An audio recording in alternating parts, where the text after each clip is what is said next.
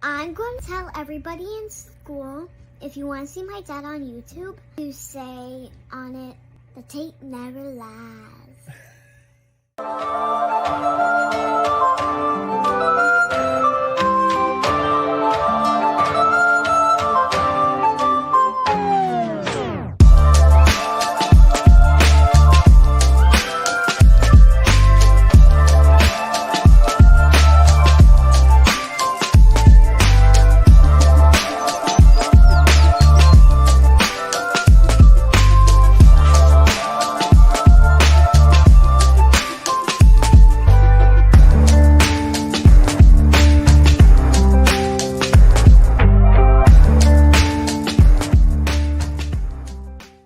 Go sit in the hat. Yes. I love balls. For Lord Cars. Hear ye. Man of the people. You know it's Cars Keys. Let's get it started up. Give me the car keys. Lakeshore Drive. Blog boys drive away with our texts like car thieves. Breakdown, we study tape and thrive. Analytical preparation, that's what Cars is given. Cars don't discriminate, teaching the men and women. Each and every week, bears nerd to get your focus. Never manipulating stats, lore, cars and hocus pocus. Cars Keys, they're never lost. Checking source, never gonna find a better scouting report. Cars going live with the smartest man, my bestie. Deciphering holes on the defense like Getsy. New show, uniforms, orange with the dark sea. Tape never lies, patrons, this is Cars You know Keys. it's Cars Keys. Let's get it started up. Give me the car keys. Lakeshore Drive. Blog boys drive away with our texts like car thieves. Breakdown, we study tape and thrive. We gotta break down tape like detectives. No hot takes, just real football perspectives. The Bears nerd dropping science on his terms. TTNL giving Bears press like a perm. Other networks is off with the heads. Stats plus film equals football cred. Analysis like Data Ted tries to shred. McCaskey's letting me cake, we keep the 100 crew fed. Cars Keys, let's get it started up. Give me the car keys. Lakeshore Drive. Blog boys drive away with our texts like car thieves. Breakdown, we study tape and thrive. Lord Hines in his car, fill up a goblet. Lord Hines in his car, fill up a goblet.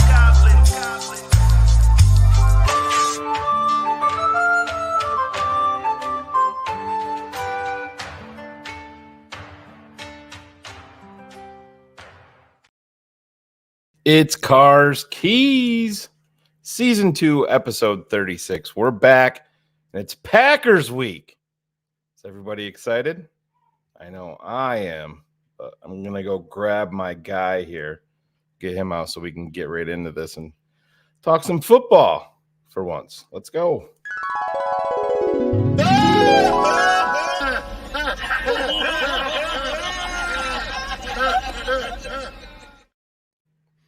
There he is. What's going on?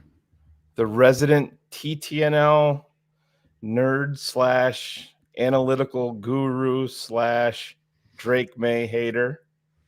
Well, you know me and my hatred of all white quarterbacks, so it just kind of goes hand in. I guess I have to be the opposite of you and Phil. Yes, right? So I know. Yes, it just works since we always base everything solely on race. It yes. just works. Yeah, the skin color never lies, as they say here Yep. at TTNL. Yep. You know, it's And there's the best comment of the night.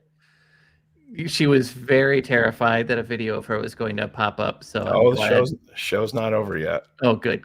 Yeah.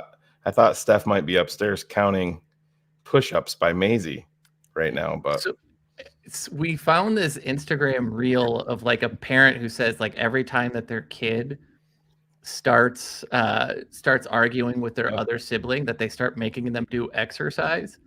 And so yeah, Maisie looks like she's done a 10-year prison sentence at this point over the last 3 days.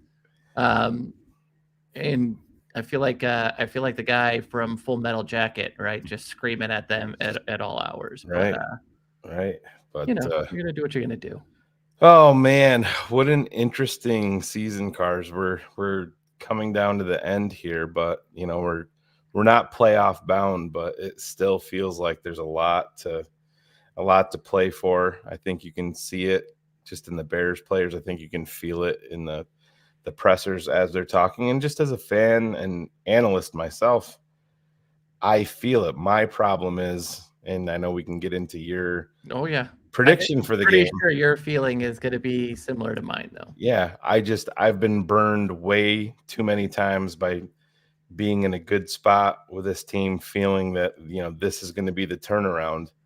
And then especially versus this team, it's the same old, same old. So my prediction last night ended up being 31-20 Green Bay, because they have to earn my respect. If you want some respect from me, go to Lambeau, punch them in the face, and come back with a W.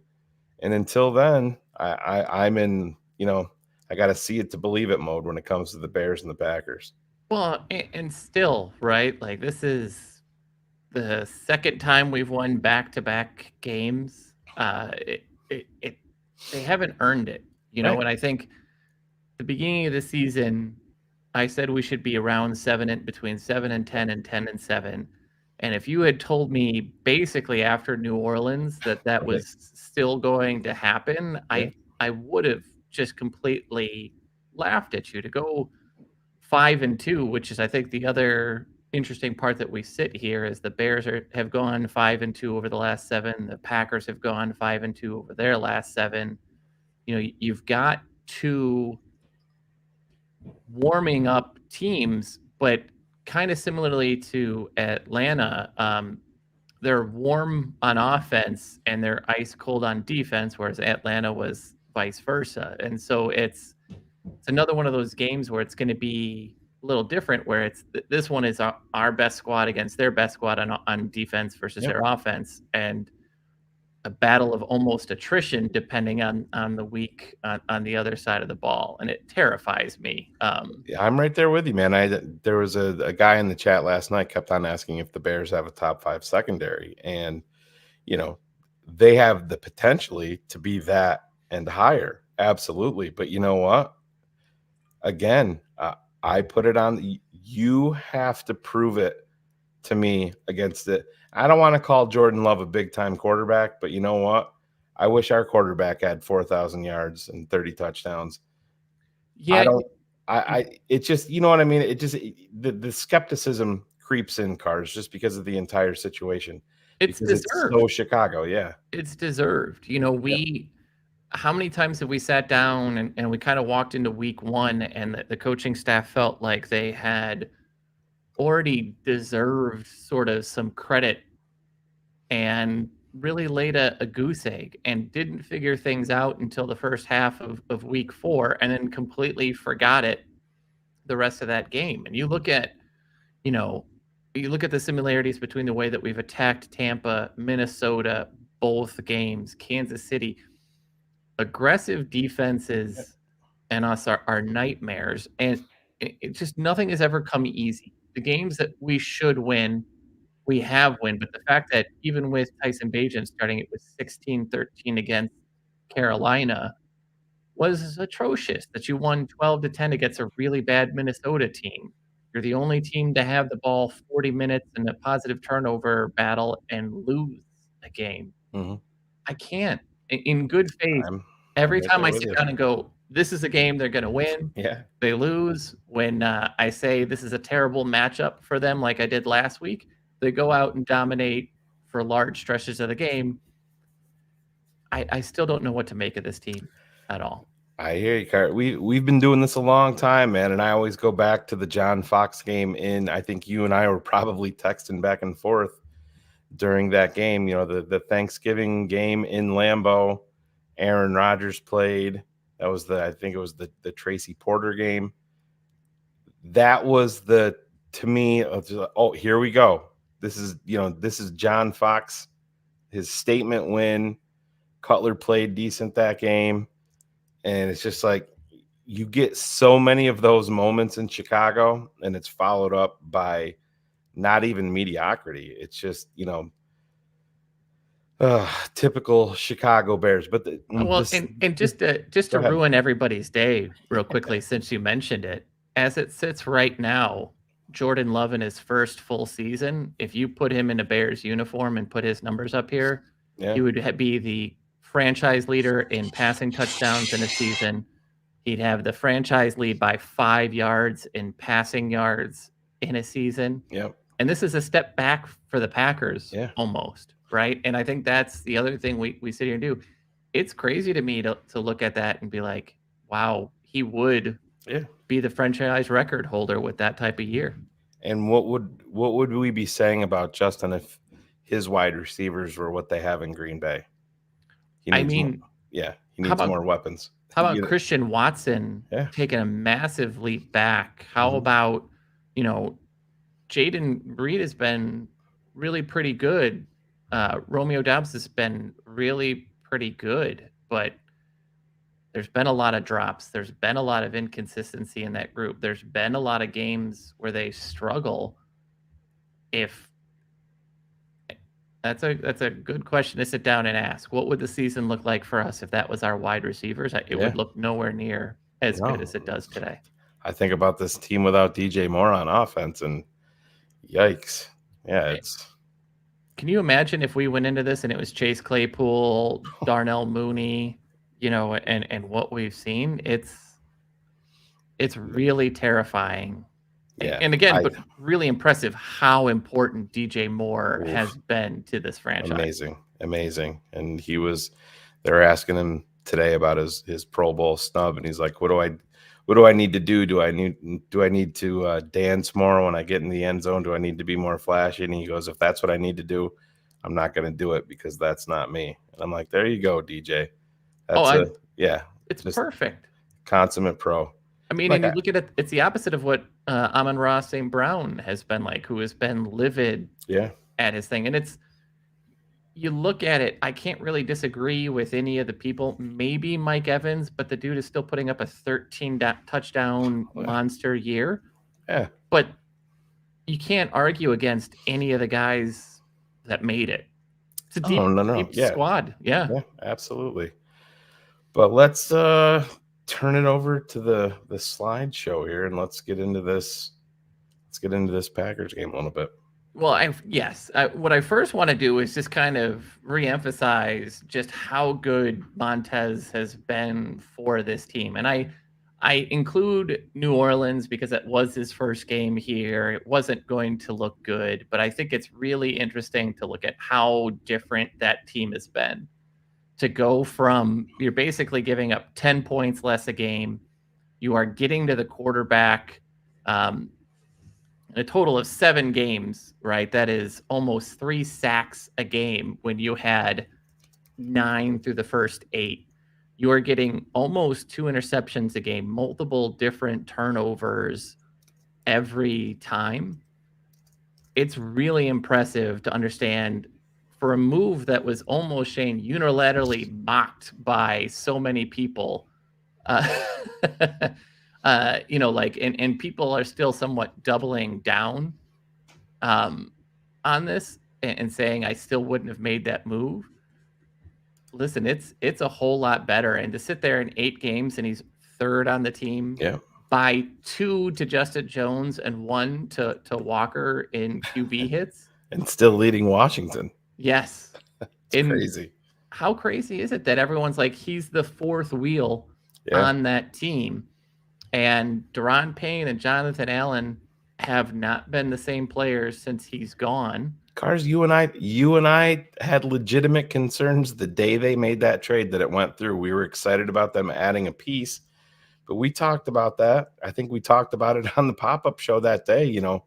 Now you're the man. Now things change when you're the lead dog, and man, he has taken those reins and run with it. And I don't know, did you get a chance to watch the video of when they let him know that they made the Pro Bowl? Yeah, he thought he was getting in trouble because the general manager was there. That was pretty funny. It was, but if you go back and you listen to what Flus said when Flus was dabbing him up, he goes, all pro next. Yeah. And, and hey, you get this cat a running mate, and I think that's 100% in play in this draft. Oof. I mean, Cars, and with the ascension of Javon Dexter, who is a Philatosian favorite at this point, if you can believe it. I don't know if Phil's in the How chat. is he feeling well? Because he's had to like go back on Komet a bit. He's had to go back on Dexter. That's a lot of crow for him to eat. He's trying to get all the positivity out before the Bears announce that Matt Eberflus is returning as head coach. That makes a lot more sense. Yeah, he's got to get it out there. But no, it was the right thing. And the last part I wanted to just add is, everybody was like Chase Young. Chase Young has gone to a much more talented 49ers team and has 2.5 sacks during his time there. Nothing to be necessarily ashamed of, but I think through and through, we've added the right guy. He looks to be a tremendous addition to the locker room. You hear the way he talks about Dexter, and how how really excited about his stealing still is. And let's be honest, he didn't come here with I don't want to call it the injury baggage, but the injury history was a big part of it. Listen, everybody was interested in Chase Young, but it comes with a massive medical red flag, much like we're talking about Penix. Everybody's in love with Penix, and I know you've been on him way before even this last game, but you know how it goes. You go to Indy and you get a couple medical red flags that show up for one of your knees or one of your shoulders. Those things dictate where you go in the NFL draft. Some teams may even remove you from their board completely, and that's based on medicals. And we've talked about that, especially as it relates to the UCLA kid, Latu, because when you stop playing because of a neck injury and doctors won't clear you, that's never going to be a good thing. Yeah. And I saw a mock draft today. They had the Bears trading down with the Giants, and then they had them taking Latu at 5. And I love the talent, but necks are different, man. Never. There's no way. Me knowing who I am and the way that I know that I would, do my business that way, talent aside, I can't roll those dice in the top 5. God, no, you can't, and not to be somber, but when you remember what we did with Tampa Bay with Gaines, Adams, right? Yeah, and absolutely. You can't afford to throw that pick away. And he may hit, but he could also be one of those players that sits down and hits for a year and makes everybody look bad, and then all of a sudden can't stay healthy. It was the Harold Landry thing, right? Where Landry had that spine and back issue, and he goes through and he puts it all together, and he's had another great season this year. I think he's had double-digit sacks again, but you kind of can't overlook the fact that it took him a while to get there, and there was a reason for it. I'm with you. Let alone that mock draft was stupid because we were getting Darius Slayton in part for the thanks for the bucket of piss that has no value. Yeah. Hey, let's give a 40 catch 700 or 50 catch 700 yard 3 touchdown wide receiver for a quarterback. And by the way, the Giants would have 0 threats on that roster if he were to go. It's such a weird thing. And Ian brings up another great name about that, which is Leighton Vander Esch. Had those same things, and those are big issues. And fantastic player, but it's in terms of longevity. And listen, you can get hurt and end your career at any given moment. I get it, but when you kind of got a head start. Yeah, exactly. Got a head start on that career-ending injury. It's a big issue. Yeah. So, let's talk a little bit here about on Green Bay and just make sure that we're aware. So, there's probably a couple of good wins in there. The first one against the Lions was good. The Kansas City Chiefs game, which will, for many Chiefs fans, forever be asterisked by the lack of a penalty call. And they beat a Rams team that looks better, but beat them at the point in time where the Rams looked like the absolute butt. And they had their wins early, or their losses against a lot of young teams. And let's not lie, they really should have lost that Panthers game. They played terrible. The one game that we had to root for Green Bay. Yep. Oh yeah. Oh, I mean, it's terrible. And so when you saw those numbers for what we've done since Sweat has been here, I excluded Minnesota because one, that quarterback had no business being on the field. I have no idea what Minnesota was thinking on that one. But when you look at what they've done over the last 7 games, you're talking about 25 points a game giving up, 390 yards of offense given up. They are still somewhat getting to the passer, but they are not. They only have 7 interceptions on the season. They are not forcing turnovers. I forget the name of the guy, but the guy who picked off the rookie last week was their first interception by a DB since Rasul Douglas, and Rasul had been traded at the bye, right? Like they're he's picking off passes in Buffalo now. Exactly. And so when you look at this, they are the 3rd lowest interceptions of any defense. They are the 7th slowest in time to pressure. They're giving up the 7th highest QB rating, and they are giving up the 5th most rushing yards with the 7th highest yards per carry on defense. So overall, and you notice I'm not talking about the offense. We'll talk more specifically about that in a second. But this is a team that really is benefiting from a low, poor part of the schedule and taking advantage of it. So when you look at that 7-game win, you're talking about you beat the Chargers, who are falling apart. You had 2 quality wins against Detroit, Kansas City.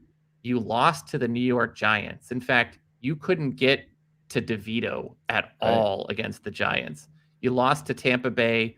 You scrapped to hold on to the Carolina Panthers. I still don't think, Shane, enough has been made about the Jair Alexander situation where you make yourself captain and then show up and then get benched the next week. That's some cracks there that are unusual. And then, yes, you beat up on the Minnesota Vikings, but Lord, at this point, the only guy who held the ball longer than Justin Fields last week was that guy, and he held it on for a half second longer. So I mean, it was just an ugly game all around. I hear you, and just to get back to the Alexander situation, I mean, I've watched the video of his explanation probably 4 times at this point, and I think I hear something new every time I watch it.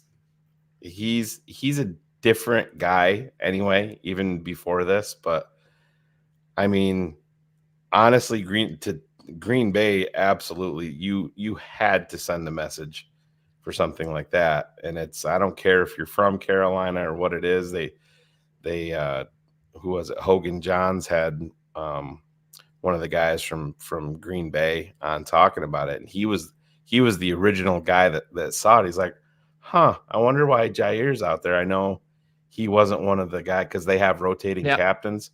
He's like, he wasn't one of the guys that's supposed to be out there. And he's like, oh, maybe they just, did it as an honorary captain because he's from Carolina. And then, kind of all hell broke loose. And he actually said it was a good thing that Green Bay ended up winning the game, because if they didn't, it would have been a much bigger story quicker, because none of this even broke until Tuesday. Oh, yeah. I think that's sort of going to be his tale and the end of his time there. I think they've got some interesting decisions coming up. Bakhtiari carries a heavy cap hinge, and he hasn't played.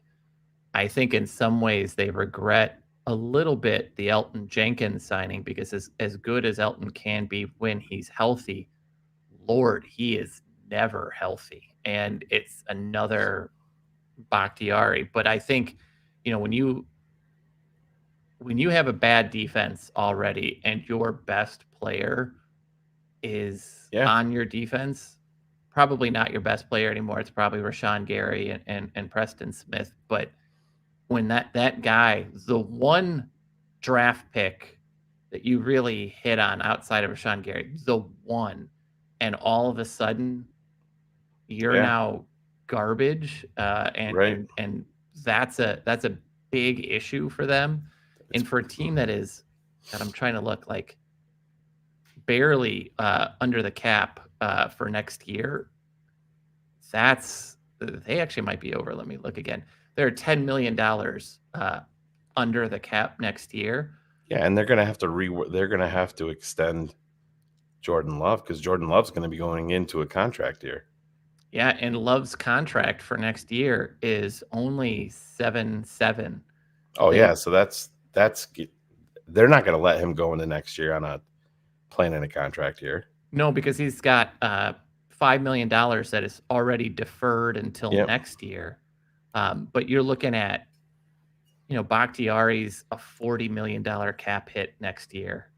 20 million of it would be dead. So you'd save 20 million right there. I don't know how you come back with him. Jair, it costs you $3 million to cut him, but I think he hasn't played a complete year in I don't know how many seasons now. They drafted the Eric Stokes kid out of he can't stay healthy. Yep.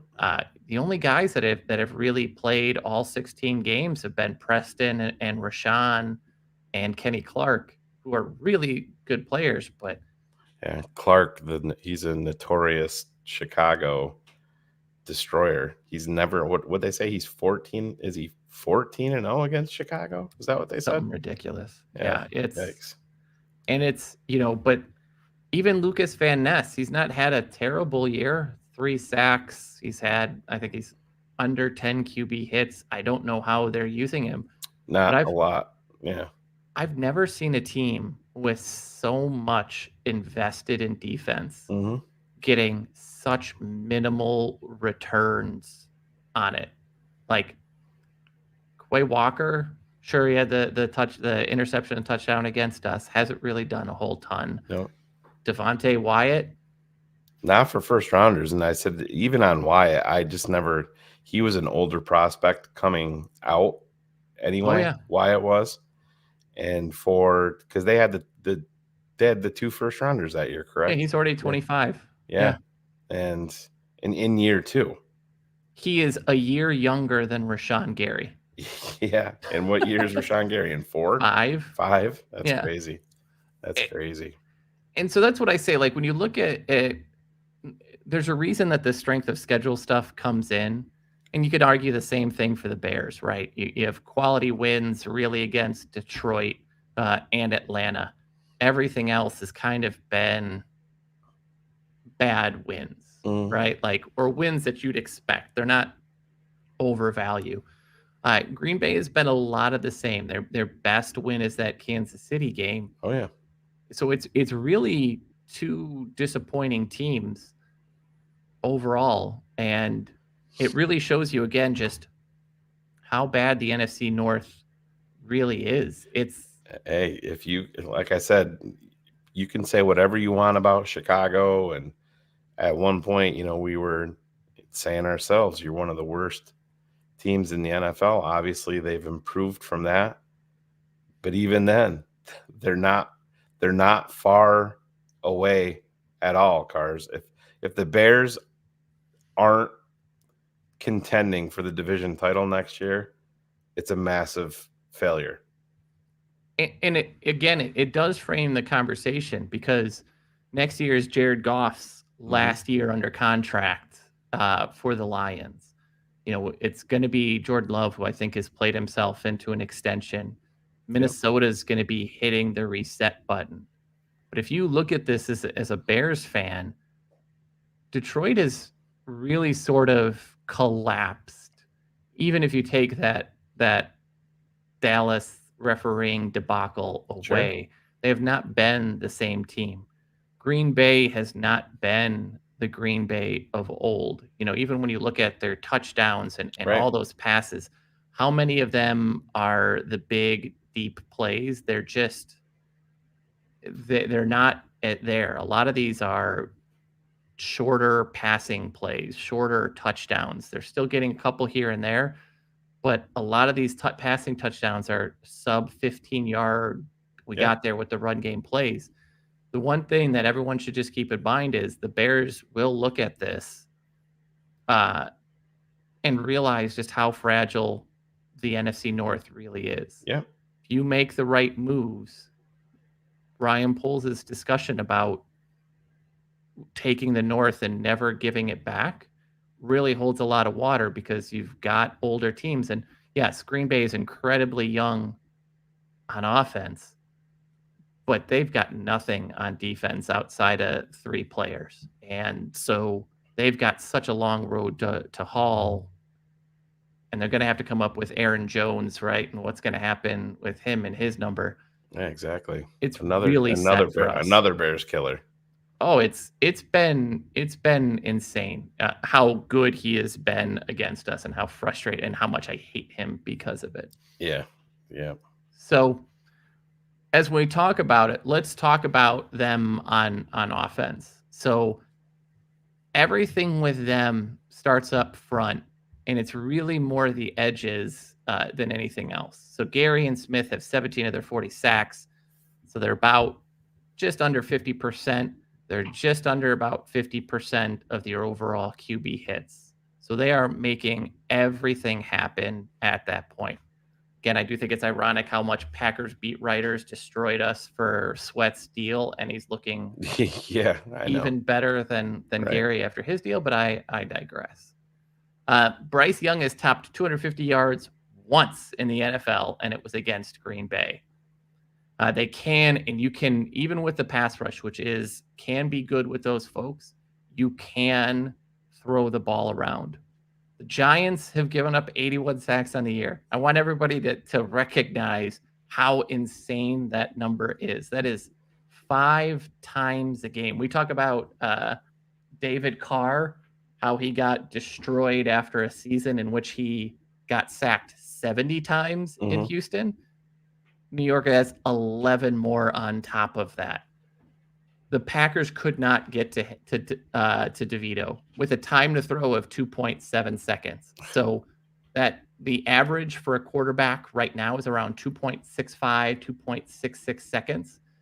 But you can do that. This is really important, and this is where haters will hate me. But one constant, Shane, the last 2 weeks for Justin Fields is his time to throw has been 3.5 and 3.1 seconds. Yep. Justin is the only quarterback in the NFL right now holding the ball over 3 seconds before he throws it. The next closest is Russell Wilson at 2.88. Right. Everybody else is sub 2.8 seconds. So, yeah.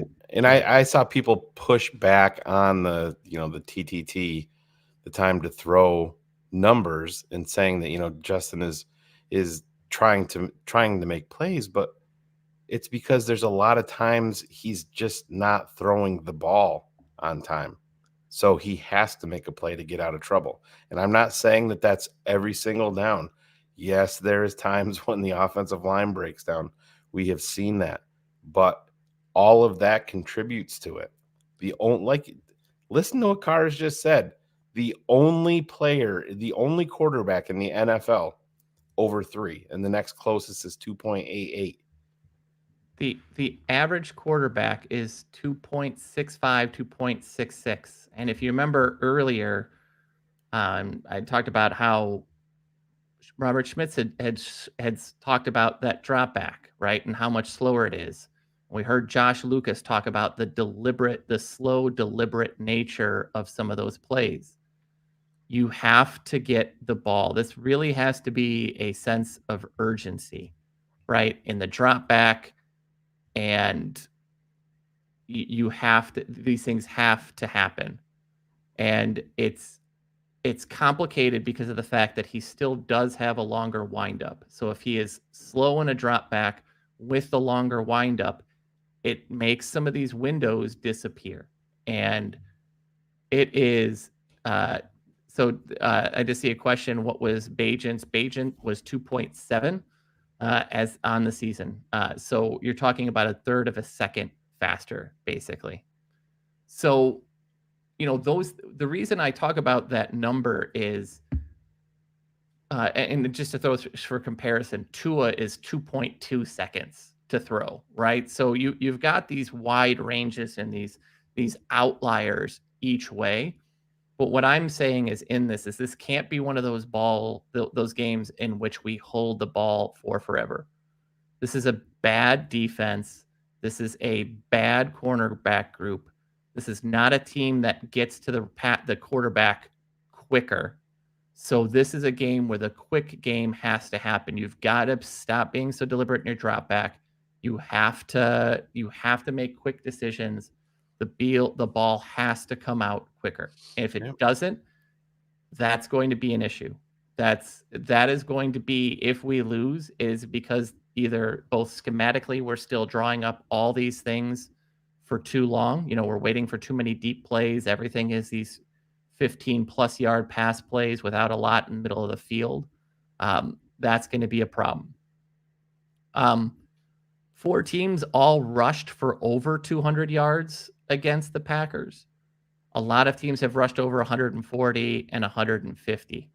So this is a team that you can run the ball on. And so this is, again, a game where you really want to show as much balance as you can. Last but not least, they cannot cover the tight end. So if you look over the last few weeks, I can't remember the tight end at Tremble at Carolina averaged almost 17 a catch. Cade Otton averaged 20 yards a catch. They really don't cover tight ends well. For why they drafted Wyatt, or not Wyatt. Why am I blanking on the linebacker now? Walker. Thank you. Quay Walker. He hasn't been there and they haven't done it. So this is another game where you want to see Cole Kmet. I was really happy with the way that they got Tanyan involved early into the game. This is going to be a game where you really want to hit the tight end a lot. And we talk about all this time. This is going to lead into this. The most successful teams against them passing the ball. Where is it? Where is it? And everyone has seen me shown the passing chart and completion chart for where Justin is and where most of his interceptions are coming from. And that is going to be my biggest concern, right? This is one of those games where, Darnell Savage has not been very good. Again, right? He's been a waste. You don't worry about their safety play. You don't worry about their corner play. This is a game where you need to see the ball hit the middle of the field quite a bit, sitting in the middle. They're going to blitz with Quay up the middle. 100%, yeah. It's going to leave voids there. This is going to be my biggest concern here is both Getsy is not called a lot to be layered into the middle, and when it's been there, it hasn't been thrown a lot. The main reason I worry about us losing is this right here. And it's what we've seen consistently, Cars, all year long. I mean, we get these next gen, we text them to each other as soon as they become available, and it's the same story over and over and over again. And I saw somebody in the chat asking, where was it? Caesar's asking, are wide receivers already open in that time frame? Yes. Yeah. Not every time. Not every time, no, but enough times that, I mean, Caesar, I know you've been here enough to hear us say that that's the number one issue with Justin, is seeing it and just not ripping it. We went over the Cars. You and I went over the Cole Kmet play with everybody here. We put it up on the board with Dan Weeder last night and went over it with him, and then Phil threw up a couple of plays, and it's those things, and maybe it is all from the Cleveland game. Josh Lucas kind of alluded to that, his first career start. And the Bears have to take a ton of blame in this also. But this is the things that you have to digest when you're talking about potentially committing $45 to $50 million to a player. when there's quarterbacks available in the draft. And listen, Dan Weeder made a great point last night. Let's just say you stay with Justin and it's the same issue next year or the year after. All of those assets that you've accumulated from trading down from the number 1 pick, you're flipping those for a question in the future at quarterback. Any quarterback is a question. But right now you're playing with house money cars because what did we have to give up to get the number 1 pick in the draft this year? Nothing. Nothing. And that cannot be discounted. No, and forgive me for throwing that up in the middle of your talking, but if you kind of look at this chart, and I know it's an eye chart, but week 1, where was his interception? Middle of the field. Week 2, where were his 2 interceptions? Middle of the field. Week 3, where was his interception? Just outside of middle of the field. Week 4, where was his interception? Middle of the field. Like, this has been, and the reason that is so tricky for most folks is when I line up, just straight line up, and I send a guy in motion, I can very easily tell you if cornerbacks are in zone or if they're in man. Those coverages get just diagnosed at the line every time. But what you really struggle to diagnose is what's happening with the safeties and what's happening with the linebackers. Right. Who is bailing? Who is rushing? Who is going deep? Who is, all of those things. This is where you've got more contested throws. This is where you have tighter passing lanes. This is where you have to look at plays where I may need to get the ball over a linebacker and show inside of a safety, right? So it's not going to be a bullet. It's not going to be a layout. I've got to properly lay this ball between defenders. You're not going to see these clear open things. That pass play to DJ Moore last week along the sideline, incredible pass, but you don't see those in the middle of the field. Right. And so that is why I show this chart, because but this is the thing.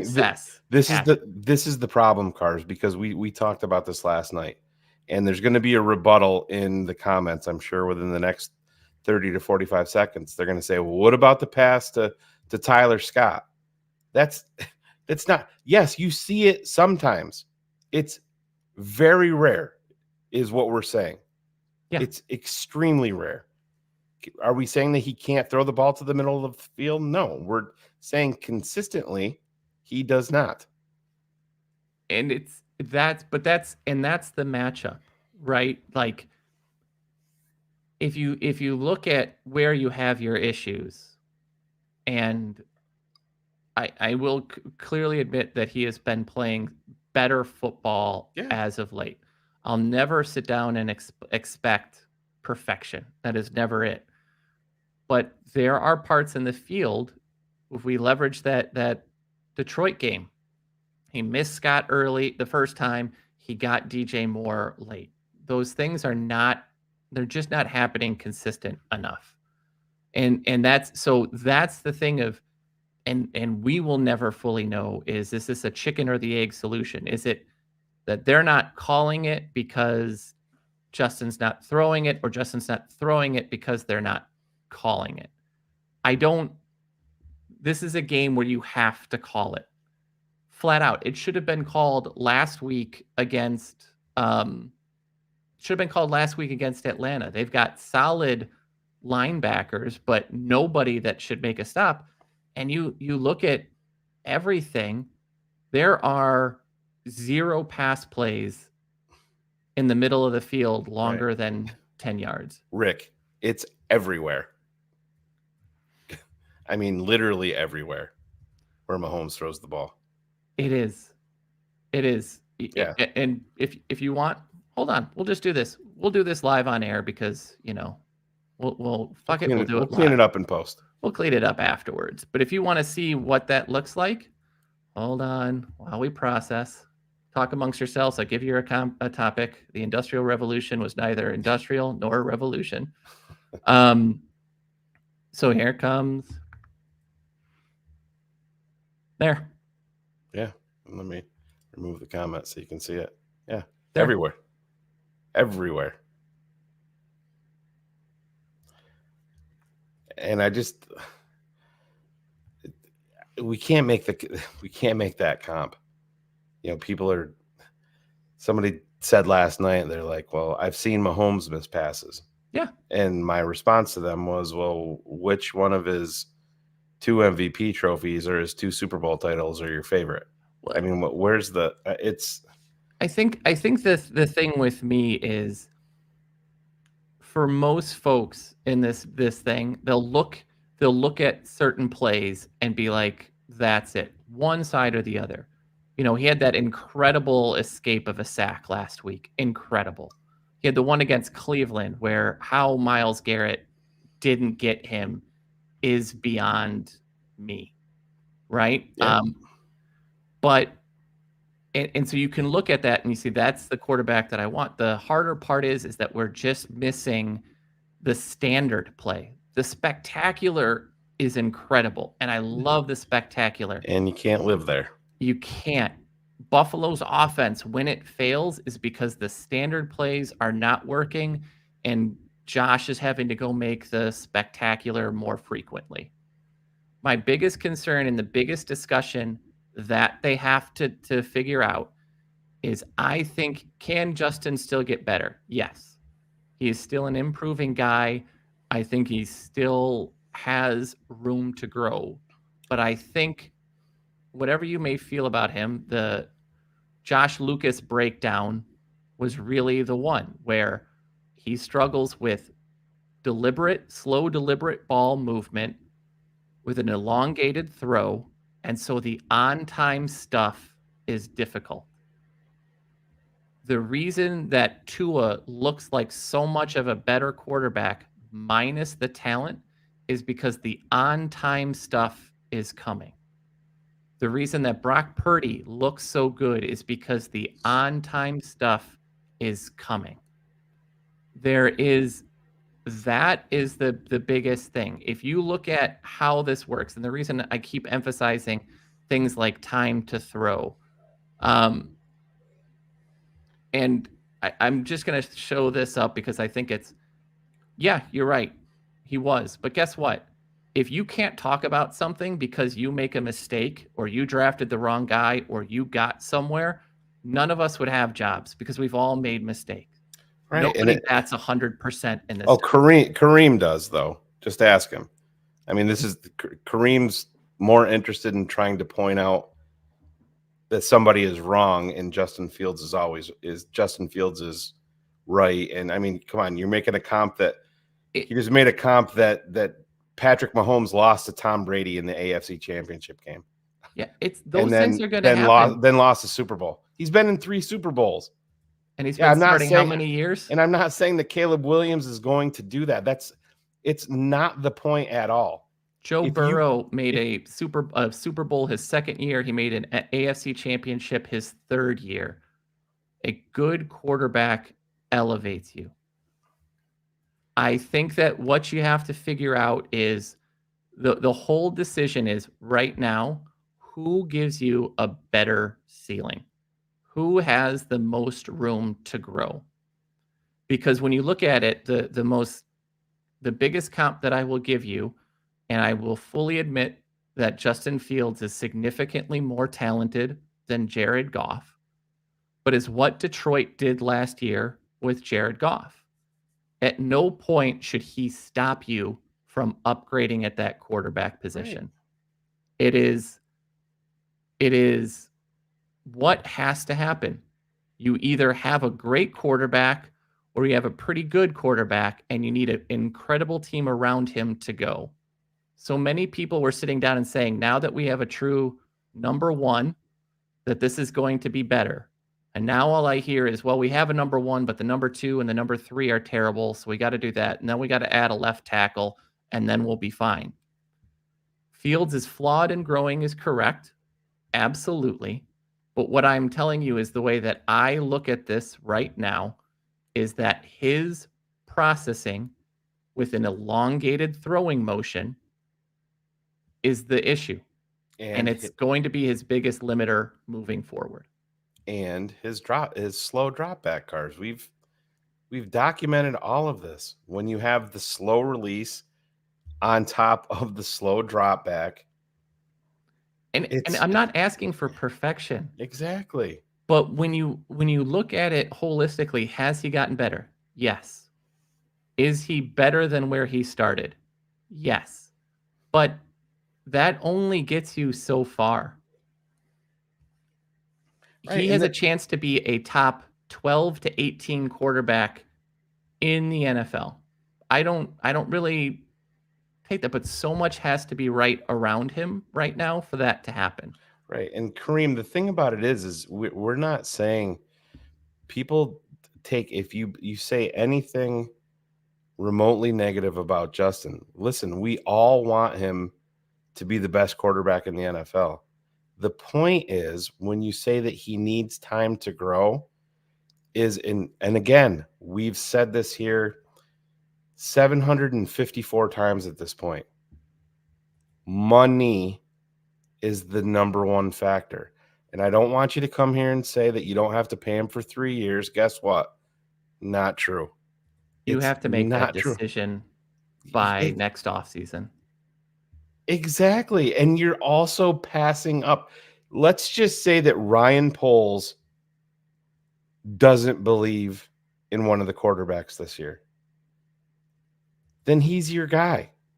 But if he believes and has consensus on a quarterback, you're not going to, it's very unlikely, even if you traded down this year, it's very unlikely you're going to have the number one pick for a third straight year. Let's be honest. Yep. You're playing with house money, and you don't have to agree with me. Caleb Williams is my QB1 in this draft, and to me, it's not close. That's in my analysis. That's what I am saying. And you have that ability right now. Caleb Williams is going to have his warts here too.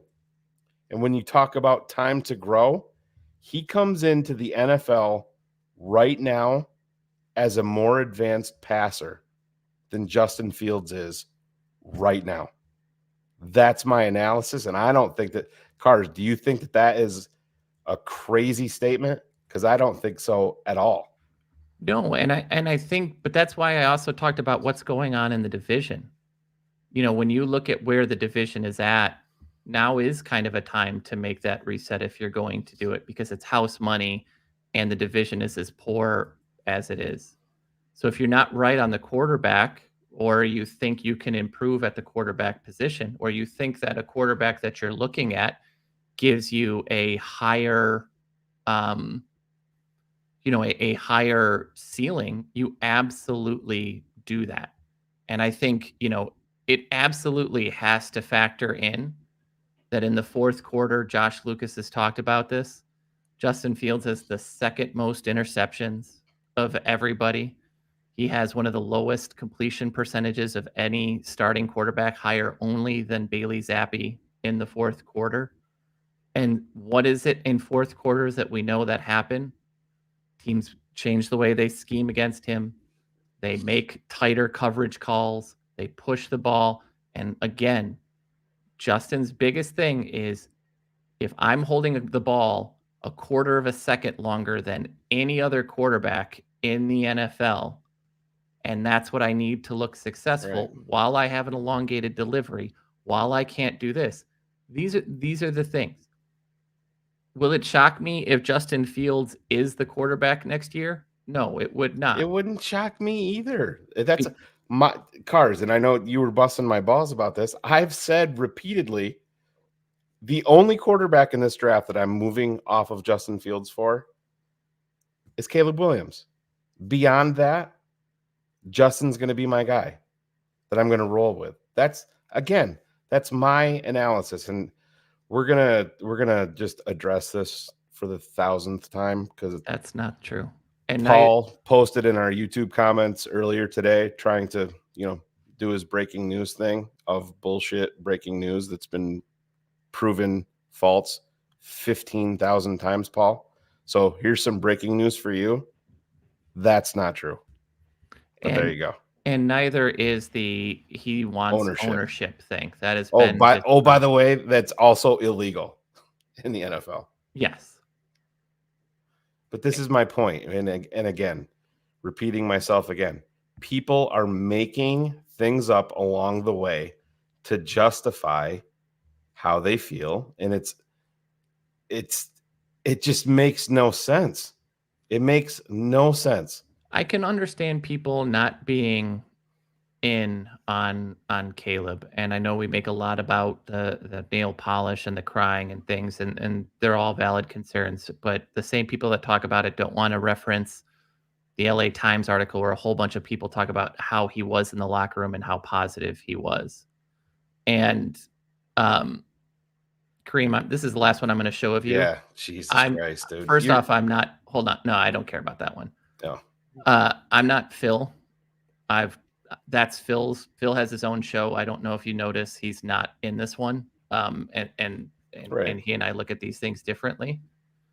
To me, the way I talk about this all the time, and Shane, I don't know how you feel, but to me, there are two top tier quarterbacks in the NFL, and that is it. And that to me is Joe Burrow, and that is Patrick Mahomes. I think you have a collection of tier 2 quarterbacks just below that, which would be a Josh Allen. This is it's a Lamar Jackson. It is a little bit of a fallback for Jalen Hurts. I wouldn't necessarily put him there now, but there are a lot of quarterbacks that fall in that range. And once you get to past them, that's when you get to that 12 to 18 range. Right. That is where you look at these guys and you see guys who year in, year out can win. But they need things to be perfect around them. Jared Goff is a great example of that. Amon-Ra St. Brown is great. Sam Laporta is solid. But from a wide receiver core, they're not that talented, but he's still putting up numbers. Last year, they looked a lot better. This year, he's fallen apart a little bit. Those are the type of guys that you can replace. And when you get into those situations and you look at those guys and you see them, if you have a chance to look up and throw this and bear truth, the last 3 seconds, Lamar Jackson has been at 275 or less. In throwing time. So no, it is not the same. Those are the guys that you look to move on from. That is what Kansas City did with Alex Smith, who was a 12 to 18 range guy, and they made that move. It's a lot easier to do when you're doing it with a pick that doesn't belong to you. Yeah. Seattle should have done it. Detroit should have done it last year. Geno had a great year the prior year, but there's nothing about his history that told you that was sustainable. There was nothing about what Jared Goff has done that showed you to be sustainable. So those guys are guys that you move on from. If you want to go ahead and trade that first pick and get a whole bunch of picks and then say, well, next year we can go trade up and get the guy if Justin isn't it, you're going to give up more than those picks because you are not going to be as close to the top 10. When you sit down and look at it, playing with house money changes the game. The only reason this is a conversation is not because we are the second pick, the third pick, or the fifth pick, and it's our own. We are in this conversation because it is the first pick, and it is Caleb Williams. That's it. And it's the Carolina Panthers pick. That's it. So when Shane and I say it's either going to be Caleb or it's going to be Justin, that's it. Because there is one player that you are willing to look at. Justin is improving, but there are limits to his improvement based on mechanics. And I don't know how you're going to get that speed, that throw time to pick up when it hasn't in 3 seasons. That's it. Yeah, and Rakeem brings up a great point. There is 100% logic on both sides. But unfortunately, people have drawn such a line in the sand they're like I said, it's I don't even know how to explain it because people are making shit up about Caleb Williams. They're making shit up to prove their point about Justin Fields. And it's, guys, we're showing you what we see on tape here. We're showing you issue. End of the day, let's just remove quarterback from this. You guys are all here. Number one reason, because we are all Chicago Bears fans. We all want what's best for Chicago and the Chicago Bears. That's what we all want. There's no narrative here to say, oh, Cars, you know what's on the blueprint today? We're going to railroad Justin Fields because we don't want him in Chicago. We want a different quarterback. At no point since 2020, when we started this network, at no point has a talk like that ever taken place, Cars. Nope. I mean, how many thousands of text messages a day are we talking about the Bears? It's probably to a point that we wouldn't even be smart to admit because it would border on pathetic. Not even just during the season. How many texts are we sending when it's a random March and there's nothing going on? Exactly. And we're like, you know what, this weird idea that just passed in my head, and we do it. Right. And bullets, yeah, we're still having this as a conversation, 100%, yeah. even if we're at 10-6. Because Okay? of because if you have the number one pick, listen, let's just say Detroit had the number one pick. Guess what they're doing? Cars, have any idea what Detroit would do with the number one pick? Trade it for an inside linebacker. Yeah, right. Sorry. Exactly. That is the ultimate separator. You have been gifted with this. In any team in the NFL, depending on how you rank, I honestly feel people that watch tape and analyze this, I just feel like there's a contingency of people out there that say, oh, everybody's talking about Caleb Williams. I don't like consensus, so I'm going to say that this guy is better. I've watched it.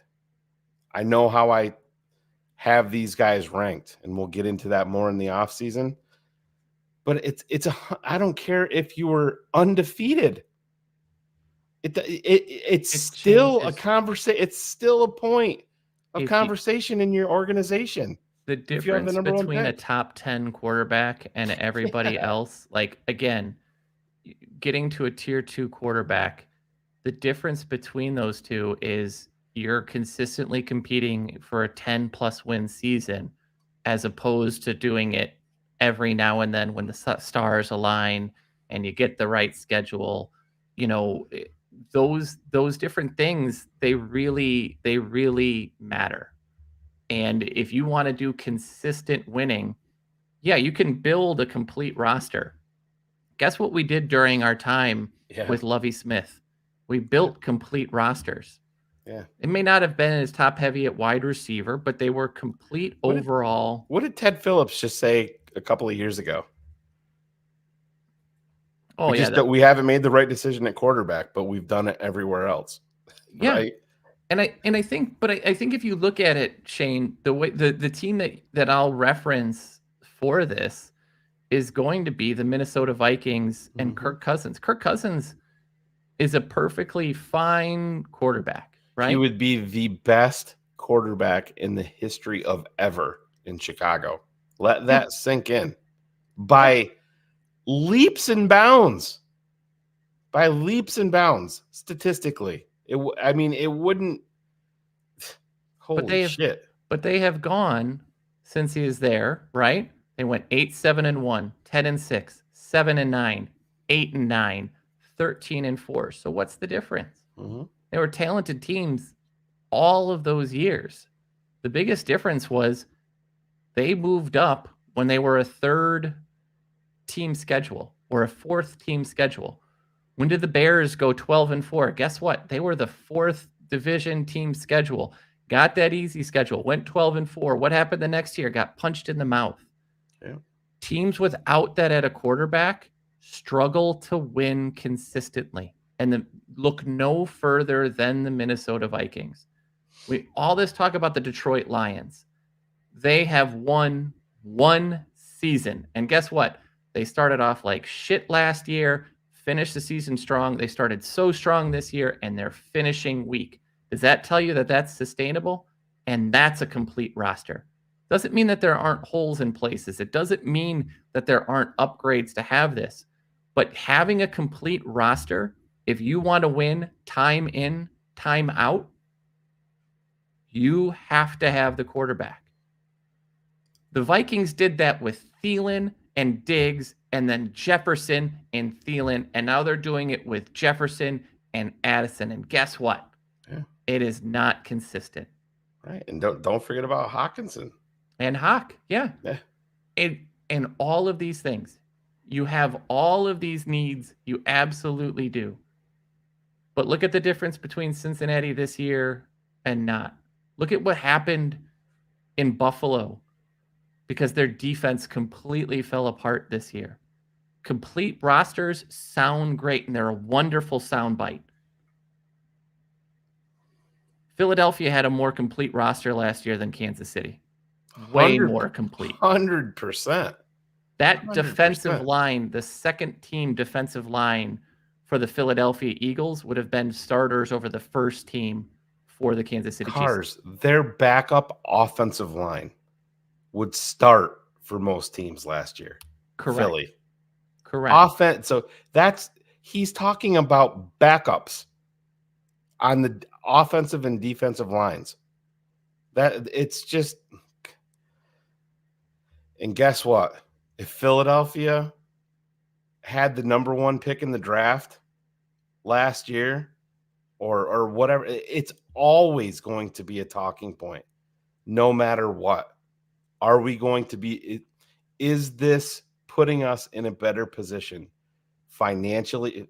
Finances factor in every fucking goddamn move, guys. Because then you're the Rams. Exactly. The Rams sold out for the most complete roster ever. What happened the next year? Yeah. What happened the next year? Mm-hmm. That's it. You can do all of this. Like I keep hearing, let's go trade the pick, and then we'll add Crosby from the Raiders, and we'll do this. Guess what? Crosby's number is $25 million. Great player. But in 2 years, 3 years, it's now impacting everything else that you're doing. You got to build through the draft. You have to do this properly. Doesn't mean that you don't make moves. You don't make trades. Absolutely. Where are we good in the draft? I mean, has anybody watched Dexter Jr. lately? That's right. I don't hear anybody crying about Jalen Carter after the way that he has played the last several weeks. You want to look at the defensive backfield, to Shane's earlier point? Yeah, top 5 defensive backfield, the way they're playing right now, absolutely. The DVOA for this team over the last 7 weeks is 7th best in the NFL because of all of these young kids developing. This is a complete roster. We talk about Josh Allen's ascension. Josh Allen was throwing to Stephon Diggs and Cole Beasley. Cole Beasley. That was it. Dawson Knox wasn't anything. Gabe Davis could not catch a ball consistently to save his life. Devin Singletary was the running back, and they couldn't do it. But Right. There's always an excuse. You're always going to want to upgrade. You're going to want to do this. But the really good ones make growth. And while it's there, if it wasn't the first pick, we wouldn't be talking about it. Right. And just like this, Kareem, and I understand you're talking about Phil here, but what's more important? This is the thing where everybody wants, you have to make up your mind today, and then you can never change it based on anything, according to YouTube comments, social media, anywhere. So honestly, what's more impressive? Saying that you don't agree with the pick and you don't see it because you have legitimate questions about a player, and then the player starts playing better as the season goes on, and then you admit that you're wrong, or just being stubborn about it and saying, oh, I see on tape that the kid's actually pretty good, but I'm just going to stick to my guns and say that he sucks because that's what I said 6 months ago. And this is the but it took him longer to break down on Cole Kmet. Absolutely. And that's has on this. And you know what? It's but Cars, that's true with, you know what I'm saying? That it's true with everything. I mean, everybody goes back to Mac Jones with Phil. It's you can't take whatever Phil says because he was a Mac Jones fan. But yet, if you go back to that draft analysis, every one of us on this network had Trevor Lawrence number 1. Phil had Mac Jones number 2. You and I had Justin Fields number 2. But guess who we had number 3? We all had Mac Jones number 3. And look how he looked his rookie year. Right. And we were all out on Zach Wilson. And we all had major concerns on Trey Lance. But this is the thing. Everybody wants to say, oh, this is what you – guess what, guys? I was a DeShone Kizer fan in the draft. You and I both were massive DeShone Kizer. I even made the comp that he reminded me of Steve McNair. And guess who looks like a fucking idiot now? And here I am admitting it. I've done it. Probably every other show talked about it. The draft, NFL free agency is a fucking minefield. Anyway, the NFL draft, if you bat 250, you're one of the best guys at your job in the NFL. I had somebody send me a DM the other day saying that Tyler Scott isn't a major bust. You took him in the 5th round. Does a 5th round epic bust even exist? No. Well, in our fans' eyes, it does. Yes, but it's just like everybody, guys, guess what? You can change your mind. Players can get better. And somebody's going to say, well, what about Justin? That's the point. But you have the number 1 pick. So that's dictating your process moving forward. Oh, yeah, and you have to dedicate money to him. Everybody can improve. Everybody can change their mind. Some guys make it, some guys don't. Get the fuck over saying, oh, you were wrong about this guy 6 years ago, so you suck. Put your name out here. Put your list up here. It's always going to be the way that it is. Crazy. And it just, I think when I look through the chat and you see a lot of kind of some of these things of like, of some of these questions and kind of comments, I think people miss the nuance of the conversation. You can't do it, right? I made the joke on Twitter. You'll be like, man, I love pancakes. And someone will be like, oh, so you fucking hate French toast. Yes. And why don't you love bacon and eggs? You can't have these nuanced conversations. So again, just so everyone is clear, this network, and I'm going to speak for everyone, thinks that you're either going to have Caleb Williams or Justin Fields, and it's no one else. The decision to us, and the reason that you hear, and I won't speak for Phil on this one but Shane and I talk enough about it. The reason that Shane and I are leaning on towards drafting Caleb Williams is because of the on-time delivery. It is because of the decision making. It is because of the elongated throwing motion. We are not rooting for the Bears to trade Justin Fields. We are not celebrating Justin Fields as a failure, right? And having to be right. We are all on this network extremely excited about it when he got drafted. There is still room for improvement, and I think it is. There is still room for him to improve. But to me, he is still going to be a guy who in a year or in 2 years, you're going to be looking to make an improvement on, because he's someone that has shown He needs to hold the ball longer to look good. The best games that he has are the games that he has the ball for over 3 seconds, which no one in the league averages other than him. The games in which he has to make quick decisions and get the ball out quickly and do those things, those are the games where he looks poor. I struggle with the definition, and I did 12 different weeks of shitting on Luke Getsy. But when we look at things like screens and how many he throws, what I cannot answer for you, and it is open to interpretation, is that Luke Getsy's fault completely? Is that Justin's fault completely? Does he want to throw more towards the middle, but he doesn't trust Justin? Does he not want to throw more to the field, but Justin does? I don't have those answers, but all I can look at is the tape. I can look at where the passing charts are. I can look at the time. I can look at the plays, both good, bad, and indifferent, and everything in between, and say that this is a guy that you can improve upon and you may look to improve upon. And the only reason you are looking to make this decision right now is because you have been blessed with the number 1 pick, because my God, did you rip off the Carolina Panthers? That's exactly.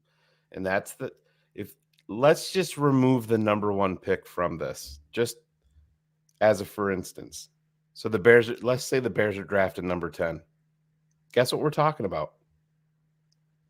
Not quarterback. Nope. Do you think Romy will be there at number 10? Because I know Malik Neighbors won't. Do you think he's going to be there? Will Bauer still be there? That's the conversation. Yeah. Are they going to go? Are they going to go with one of the ends? Is one of the offensive linemen going to fall? It's do you have a chance at Alter Olu at that point? Are they going to sit there? Yeah, right. Absolutely. And it's just the number 1 pick. It's house money. It's house money. And again, I want to. There's this big conversation, right, about. I'm going to read some time to throw because I'm just annoyed at this point and tired of arguing with people. So when you look at time to throw, Justin is 3.02. Okay, the next closest is Russell Wilson at 2.88. Jalen Hurts is at 2.84. CJ Stroud, 2.8. Lamar Jackson this year, 2.77. Patrick Mahomes, 2.75. That is a full quarter of a second faster. Let's keep looking through. Tyson Bagent was at 2.71, almost a full third of a second faster. Josh Allen, 2.7. Brock Purdy, 2.65. And guess what? Brock Purdy's time to pressure is 2.42 seconds. Justin has the second highest time to pressure in the NFL. Yes, we see these big plays that happen, and he's getting rushed. That happens everywhere. Kirk Cousins, 2.6. Sam Howell, 2.6. Will Levis, 2.63. Geno Smith, 2.62. Jordan Love, 2.59. You're talking more of a half second. This is the fastest is Tua at 2.22 seconds.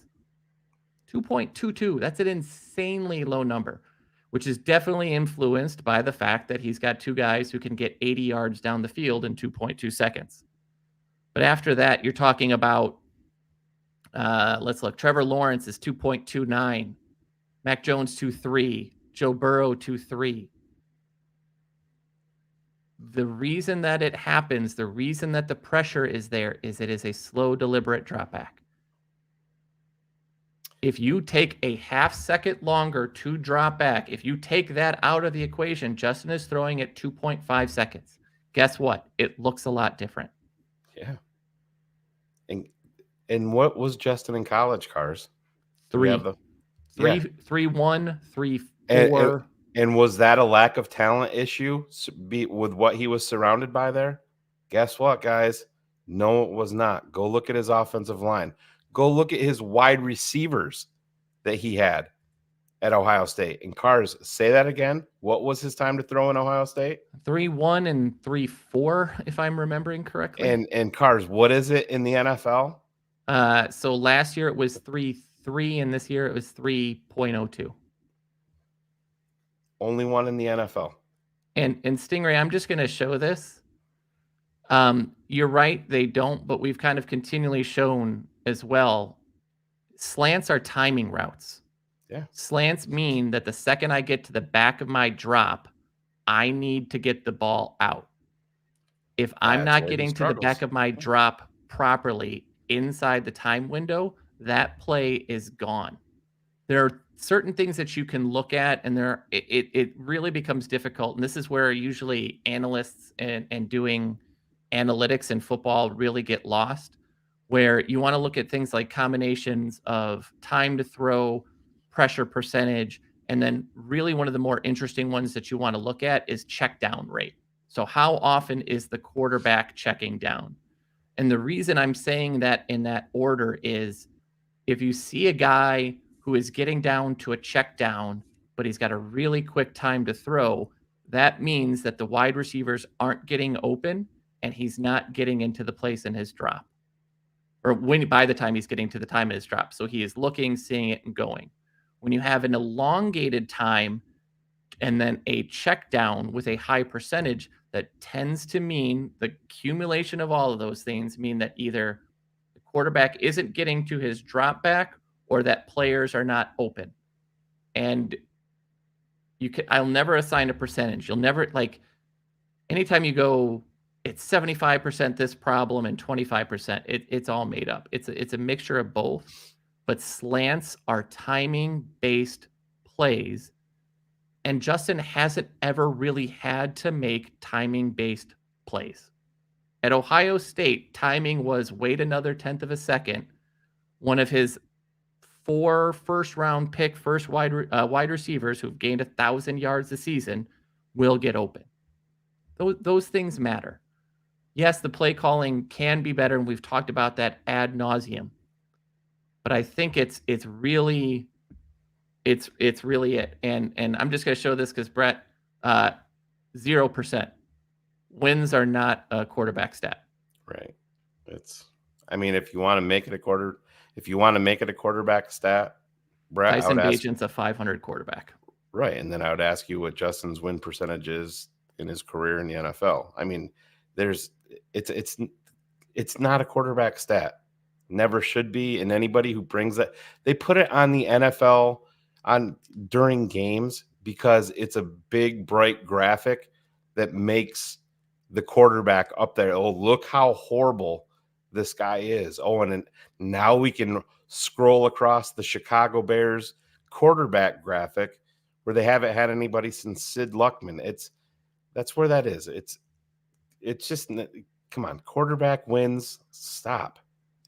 I always hate using it, and it just doesn't. It doesn't ever tell the story, right? The story is both in a combination of the tape and the film that you watch, but it's not just the highs. It's not just watching the highlight reels. The opposite, though, is also true. There are too many people that sit down and focus so much on the misses and the throws that he doesn't make, and the truth is always somewhere in between. Yep. Right. What you want to see is every quarterback misses throws. What you want to see is that to happen less frequently. Every quarterback is going to make some incredible plays. Some, like Justin, will make more incredible plays than others because of his innate physical ability. Still has a cannon for an arm. He's got great body control. Again, I don't know if there's a single quarterback out there that gets out of that.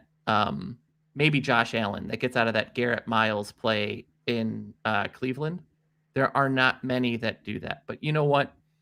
The really good ones make the standard play more frequently. If you want to talk about how great Tom Brady was really good, but he was really good at getting the ball out on time in the process. It's not a slam on him. It doesn't mean that he's not an all-world quarterback. Plays are going to break down, and where Tom Brady was very good is when things broke down, he made things happen. That is a requirement. Yeah. But to be a top 10 quarterback in this league, you have to make the on-time play way more than you miss the on-time play. And right now, from everything I see on tape, we can talk about that Atlanta game. That's his most complete game as a pro. Right. And I just want to laugh. Micah, Did you not make the Holy. Mitch Trubisky era? Mitch Trubisky, Jay Cutler, good Rex, bad Rex. I mean, it's what we do in Chicago. Because they're not cut and dry. Yeah. It's not, oh, okay, we don't have to worry about quarterback. It's this literally the same thing. It was with Jay. Oh my God. He just went 363 and 4 touchdowns. All right. And this is the turning point. He's going to be consistent. Now he's going to figure it out next game. Then next game, he throws 2 picks in the first half and all hell breaks loose. Same with Rex Grossman. Same with Mitch Trubisky. Oh, Tampa Bay game. Here's Mitch. Let's go. Going to be the best quarterback in Bears history. 6 touchdowns against Tampa Bay. And then you just reverted to the norm with who Mitch was. And by the way, I keep seeing this Lamar Jackson thing, like Lamar had all time to throw. Lamar Jackson's time to throw last week was 2.7 seconds. 2.7. Our guy. 3.1. So it's 2.72 Lamar, 3.19 for Justin. Yep. But it was a blizzard, Cars. I mean, there's going to be an excuse at every turn. So it's whatever we say, you're in a no-win situation. But like I said, we can sit up here and say if we didn't have the number 1 pick, we're not having the conversation. And we're still having a different conversation. Yeah. Right? Like it's fair to say that the way that the season is starting to end, you're more excited about him overall as a quarterback than you were early. Absolutely you are. But it doesn't mean that like we're not going to talk about it because it's still a thing. Again, the first third down against Detroit. Yeah. That is the ball to Kmet. It is a slow drop back. It is an elongated release. And he's staring down a wide receiver. The whole reason it doesn't happen is not Cole Kmet. It's not that they asked Cole Kmet to run an out. It was a play that was there that the ball was slow to get to him because of the quarterback. Those things happen. Those things matter. Here it is. And again, I know this is just a clip that we've played multiple times, but this is what we're talking about. And I don't want to hear that this is a kill shot for the safety. This is pitch and catch. In high school football, this is pitch and catch. In college football, this should be pitch and catch. This is a play that you see Watch Kmet every single week. Kmet in at the the NFL. top of your screen, right along the hash mark. Just watch.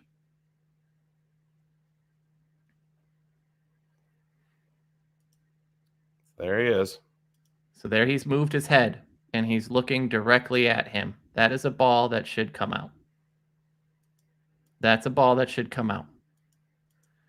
And the reason that we sit down and talk about this play isn't necessarily because of the play itself, but it's where is it? It is in the middle of the field where he's got to drop a ball in between guys. And so here is the best part of this. So Cole Kmet, we just showed you guys where he's wide open and you have to rip the ball. So now we're just going to let this play out. And guess who gets this reception if you haven't seen it? It's going to be Cole Kmet. Off script. And guess what? Hell of a play. Incredible. But there's a flag on the play for holding. Because they held, the Minnesota game when he got injured and Tom Thayer is yelling, throw it. And so Vince, the reason that I have come up with so far has been when I showed you that passing chart for Justin, and let me flash that up one more time here. And I know it's small, but look at where these interceptions are coming from. They're in the middle of the field every time. He had that early in his time here. Harrison Smith played with him a little bit early. I just want to put this back up before I put a comment up that I'm going to eviscerate. But so let's just stop this right there. So, Brian, That's why he didn't throw it, because the safety is about to jump, right? Come on, man. Kareem, the problem is it's 3 years in. He's not throwing the middle. It's 3 years in. He's still holding the ball too long. It's 3 years in. He still has an elongated throw. He shortened it this last offseason. It's still too long. They can be fixed. I'm telling you, they can be fixed. It is 3rd year.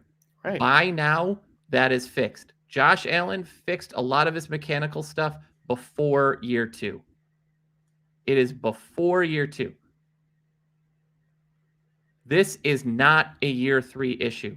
It should not be a year 3 issue. Where do all these guys work? With their quarterback coaches all offseason, because of the way that the contracts are set up, and there's only so much that they can do. And so when you look at this and you go, it's year 3, why are you not pulling the trigger? Cars rate. Well, if I can get it to stop, correct. Rate there, even a little bit before that. The safety's not getting there. And it's Kirby. He's a coverage guy. He's not a thumper. That's not who he is. And so when I look at this, and someone keeps asking a question, let me see if I could find it real quick.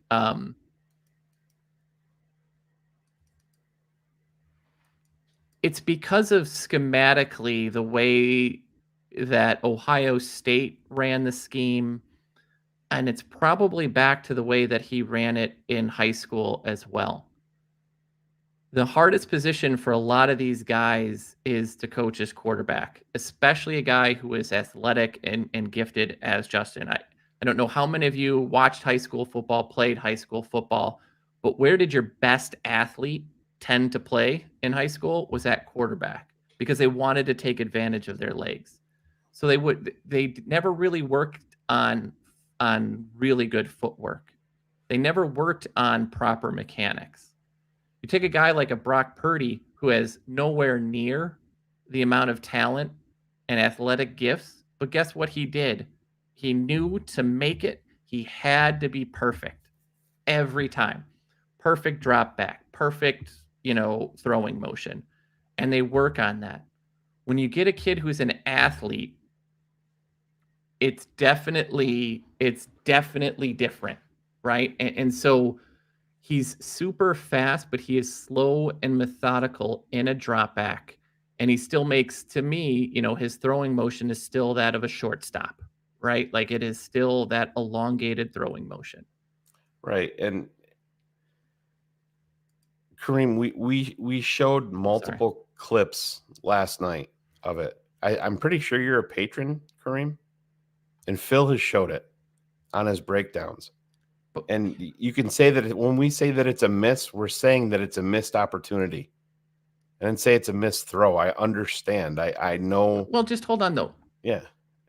We're not saying it's unacceptable to ever happen. Kareem, you got to listen at some point. We're not saying it can't ever happen. We're saying it needs to happen less frequently. And you're hearing what you want to hear. And if that's your fight, that's your argument, go find somewhere else to do it. Because we're telling you, it is not the fact that he misses. It is not the fact that it happens. Everybody misses a play. For crying out loud, everybody. The problem is he misses more because he is not there in the time playing. Cars just showed you what the middle of the field chart looks like for the entire season. Again, it's just what it is. You're just chasing your own tail to try to prove a point, Kareem. And we did this with Mitch too. I don't know if people remember, but there's a game at Detroit, his second to last year, where they had Anthony Miller wide open from an end zone play, and he checked it down.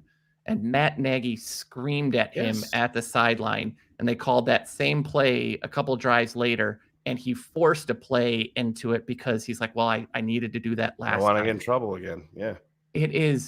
There is some time. I don't,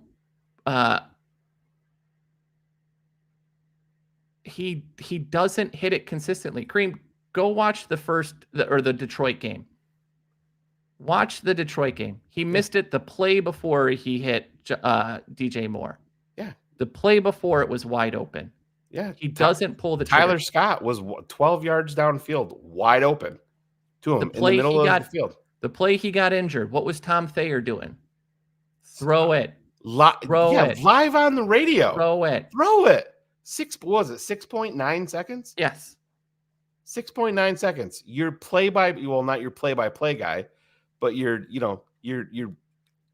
dude up in the booth with Joniak is screaming, throw it.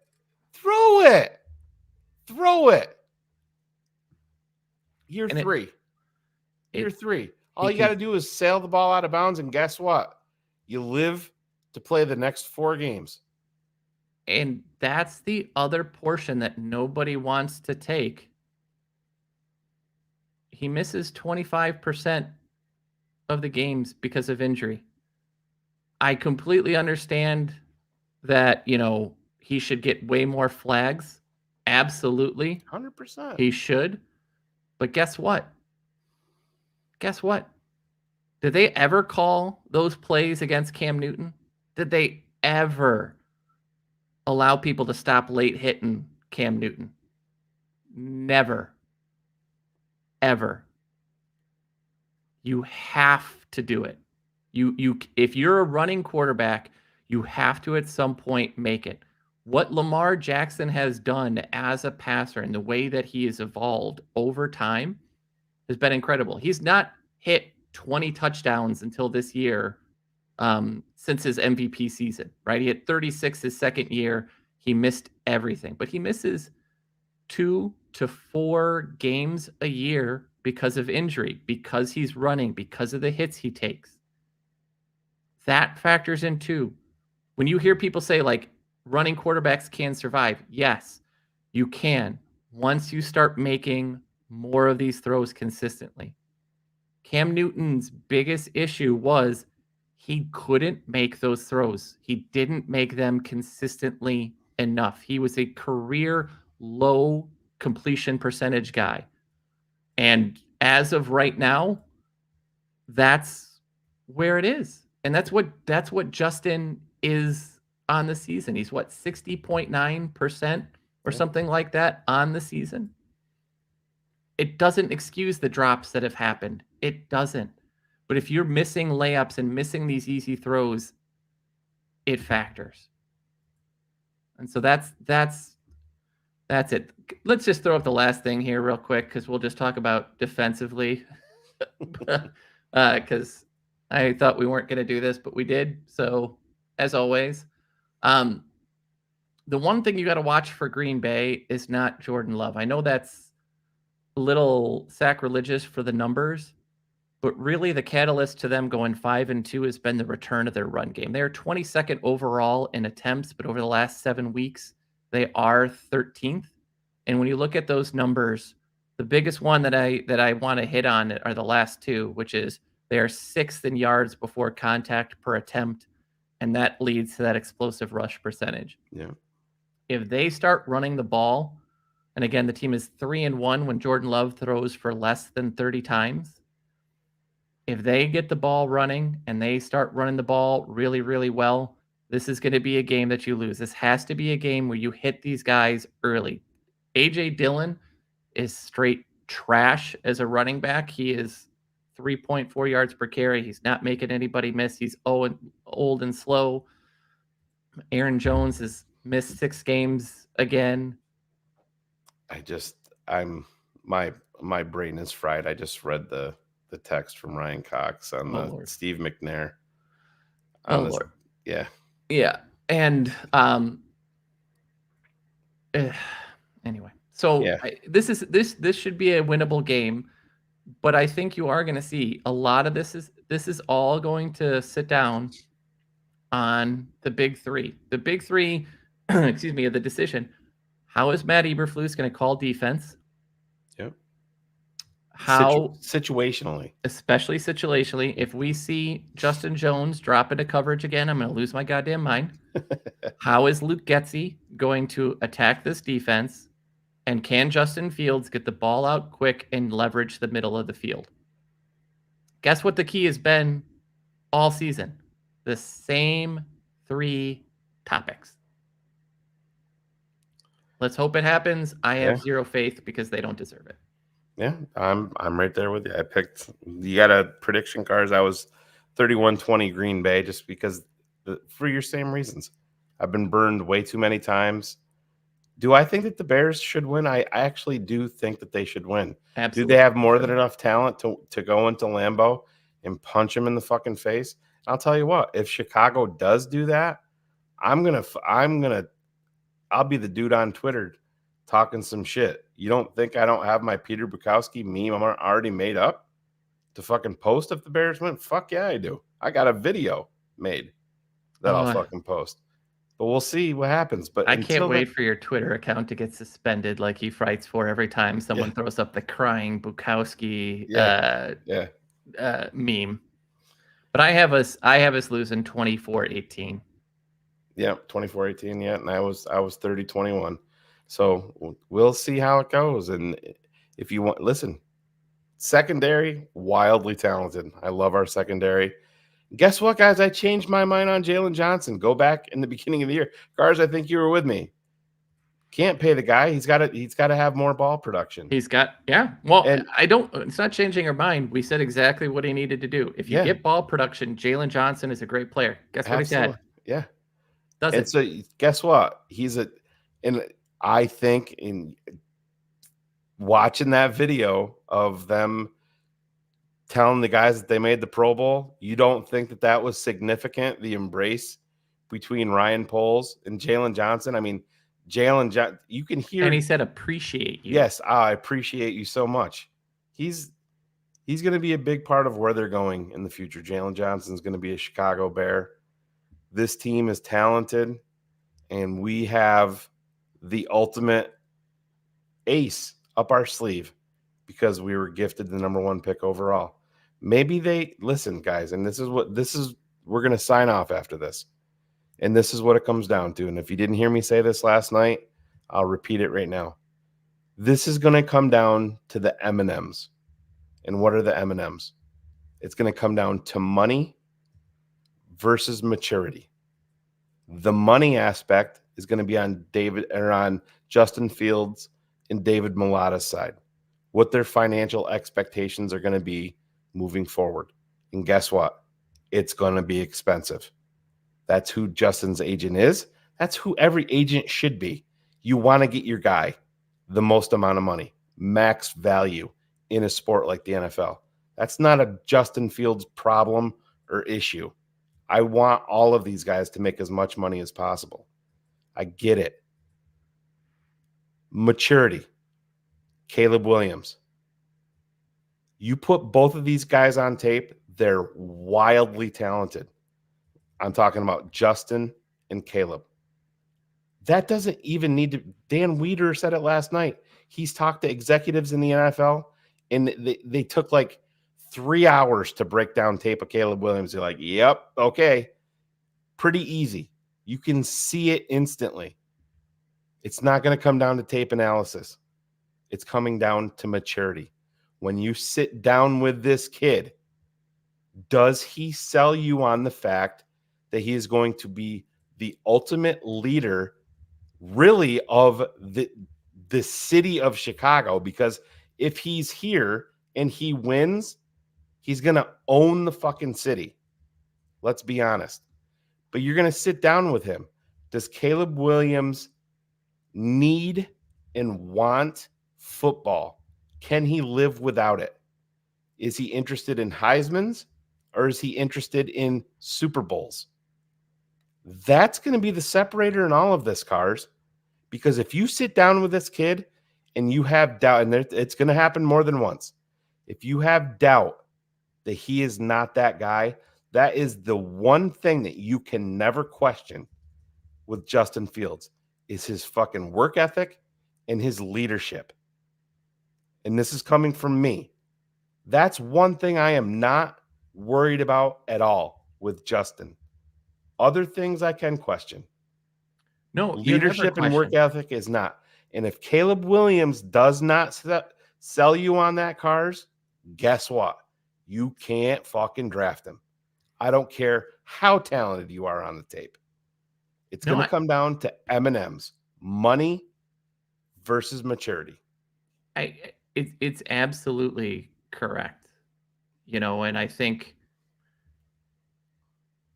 there again, I find that most of the people that are saying the anti-Caleb stuff are the pro-Justin people who get very pissed off. And I see everybody that is the pro-Caleb person that throws everything under the Justin. There are warts on both. If I told you that right now, like everybody likes to point to the time that Caleb holds on to the ball in college. But if I told you that the time on a short pass, 0 to 9 seconds or 0 to 9 yards, is a tenth of a second faster for Caleb Williams. If I told you that he got over 10% of his passes out faster than 2.5 seconds than Justin Fields does, those things do matter. These are not like for like. Yeah, he's not making that up. Those are factual numbers. These are actual data. There's no comparison to the team that USC was and the team that Ohio State was and the talent that they have. No wide receivers getting drafted in the first round from USC. No offensive lineman is getting drafted in the first round from USC. It's not going to happen. These are not like for like. You have to watch it, and you have to. The hardest thing that I always have, and the joke that I always make to Shane is I have a problem with our network name sometimes because the tape doesn't lie, but the people who analyze it can. Yeah, you're going to say what you see. What you want to see. You can look at this, and what you really have to do is you have to, and it's the hardest thing to do in any of this. You have to sit down and remove your own bias. You have to recognize your own bias, your own shortcomings. You have to look at it cleanly and clearly. And I think that is really the one. Anyway, I saw a comment and it was so dumb I just blanked out. So we'll just call it there. Yeah, and I get it, but yeah, we're a hour 47 in here. We usually go about 90. Sorry. No, it's all good. I raged. Yeah, apologies. But my guy Angel Bernard is in there. But yeah, is he gonna intentionally sabotage his meetings?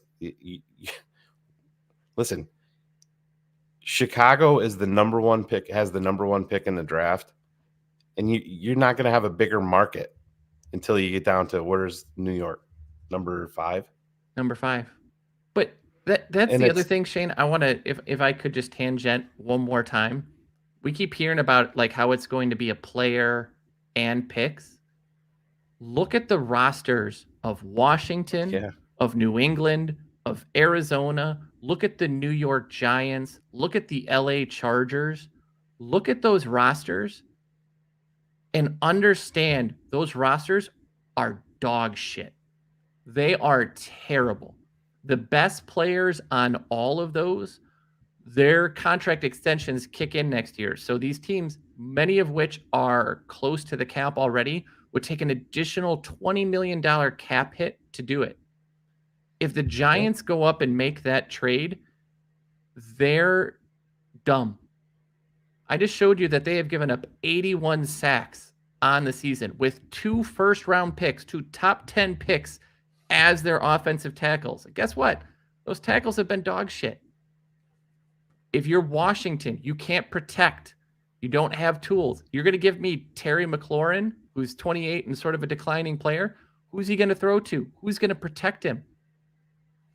None of these teams, if any of these teams make that move, they are so ridiculous because as good as he is, Bryce Young happened because Carolina overvalued their roster. They thought the line was better. They thought that they could get rid of DJ Moore and that these other players would step up. And so if you don't think that what happened with Bryce Young and the simple fact that it was the Bears that did it, how long did teams want to refuse to make trades with Howie Roseman after he fleeced someone? Yeah. They just don't do it. But I think it's different in this draft because I think that there is I'm not as high on Drake May, but end of the day, it's quarterback. I think that there's going to be somebody that's willing to go all in. But real quick, Wayne, $5. Do you guys think Caleb can put up better passing stats than Fields in his first season, even though Matt Eberflus will be back? I mean, it's a pretty low bar. It's, 168 or 172? So you're Again? talking about if he played a full 17, Justin would throw for about 3,200 yards and about 20-ish touchdowns. Comparatively, CJ Stroud this year threw 3,800 yards and 21 touchdowns.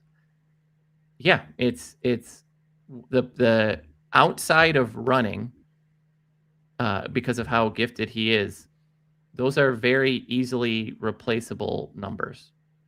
So it's within that realm. Listen, Caleb is not as athletic as Justin Fields. Nobody's debating that. Is he a better pure passer? Yes, he is. And it does matter. It really does. You can rush, you can run, and it's a great trait to have. It's really great for Josh Allen, who still does it a lot, but he had to step up as a passer. You have to develop in the pocket. We may sit down and argue that the Bears were too aggressive in sitting down and telling him that he needed to stay in the pocket more, but you're not going to become that quarterback until you can make plays consistently on time from the pocket. Yeah. I hear you. Oh, we have some breaking news. Breaking news. The Tape Never Lies Network. Breaking news.